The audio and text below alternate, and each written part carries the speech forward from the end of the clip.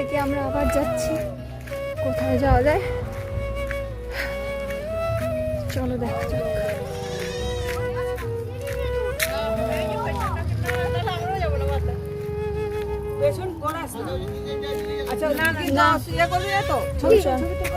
না না যাবো না বাদে ভাই, তাহলে যাওয়ার দরকার নেই না।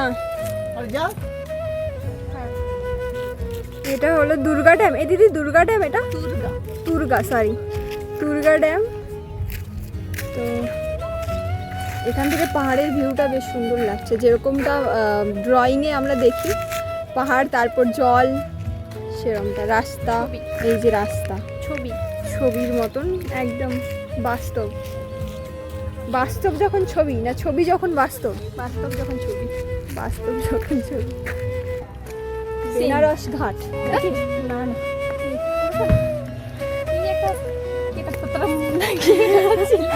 যাই হোক। ও ভাই ঘর আর পারছি না। এটা শালপাতা না, শালপাতা তো নয় মনে হচ্ছে এটা। চল এই ছাগলে আবার তাড়া করবে না।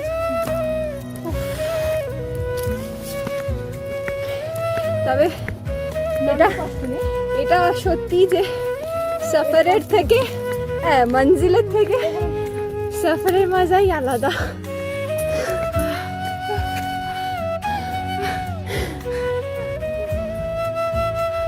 পাহাড়ের কোলে দিদি এখানে যে ঘুরতে এলি, কটা উপন্যাস বই নাকি লিখবি? একটা উপন্যাস লিখে ফেল। প্রত্যেকটা জিনিসের কোনো একটা ফাইনালি আমরা অনেক কষ্ট করে রাম মন্দিরে এসেছি। এই কি বলতে হয় রাম মন্দিরে এলে? জয় শ্রীরাম, জয় শ্রীরাম। কিন্তু জয় সীতাকেও বলে না কেন?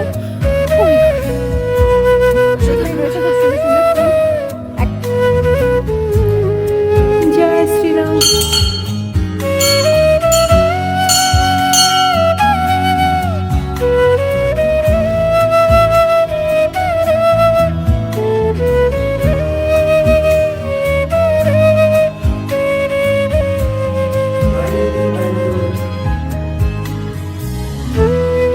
বাবা আসলে অনেক সুন্দর,